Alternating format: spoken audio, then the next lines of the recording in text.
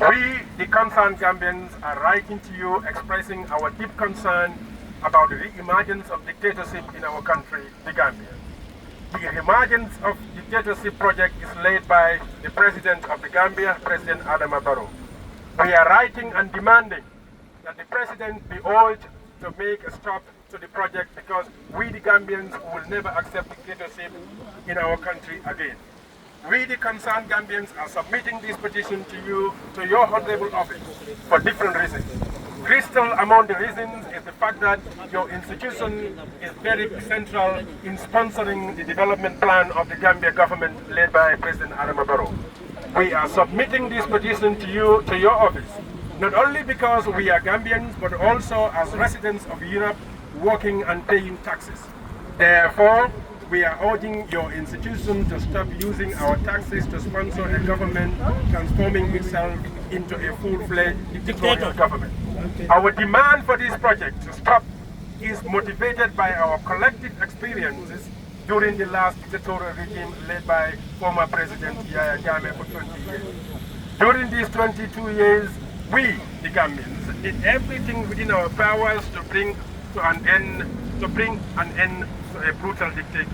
It cost us lives, freedom, loss of property, and exile.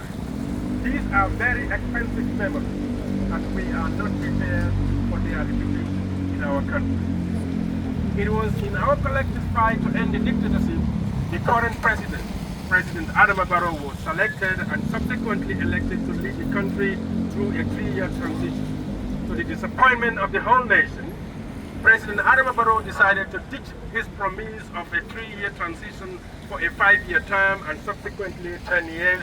Sadly, he plans to contest for another 5 years. No to third term! No to third term! No to third term! No to third term! President Adama Barrow, in his apparent preparation to be a dictator, started laying groundwork by ditching all the important transition programs which were initiated by the new democratic government and sponsored by your institution, the European Union.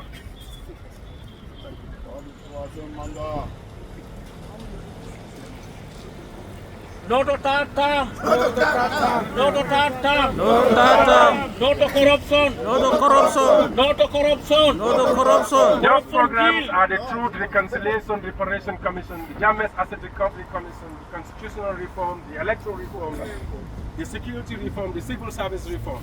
These transition programs were meant to safeguard and prevent the emergence of dictatorship back to our country. These programs are completed and recommendations are sent to the President only to be ignored. The recommendations of these transition programs were deliberately ignored by the President because he wants to use the existing former dictator's governance structure, which are basically used to harm the citizens.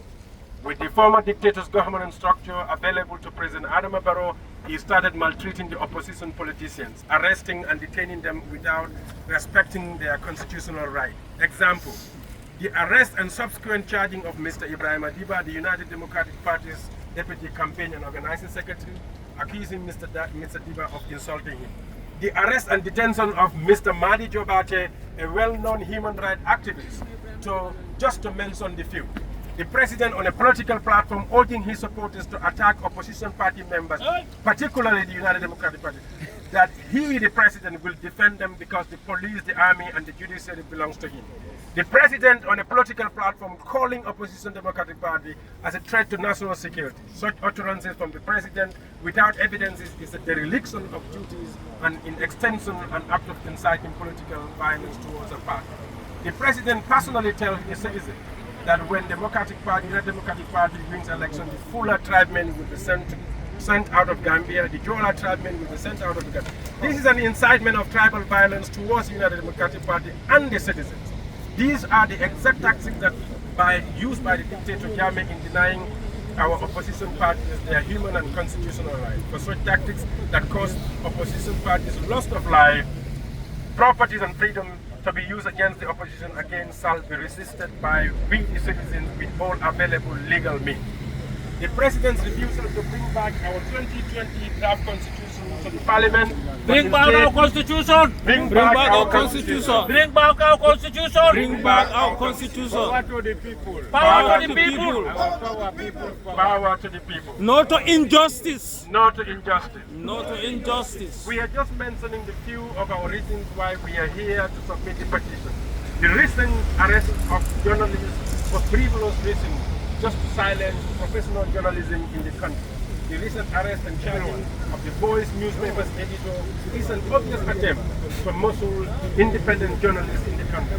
The only crime of the Voice newspaper editor is the publication of an article alleging that the President has chosen his successor.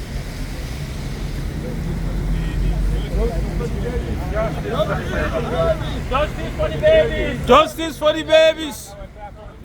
Bring back our constitution. All Power power belongs to the people. The Voice newspaper is a multi-few newspaper that refused to take millions of dollars from the government to favorably report back. All power belongs to This the is the reason people. why the editor is arrested and charged, and we are calling on President Adamano to drop the charges against him.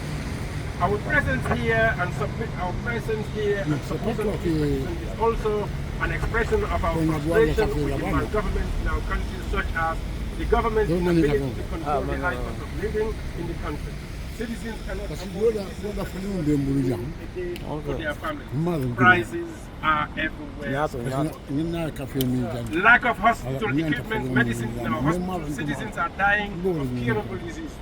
Standard medical practices are not observed when importing medicine from abroad, which led to, example, the death of almost 100 children, the AKI deaths.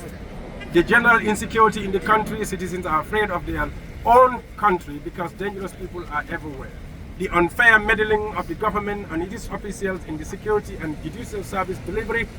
It is very dangerous for a state minister to threaten judges not to deliver verdicts against the government. Such statement was delivered by the Minister for Local Governments and Land. The unfair arrest of opposition figures for a supposed crime which the President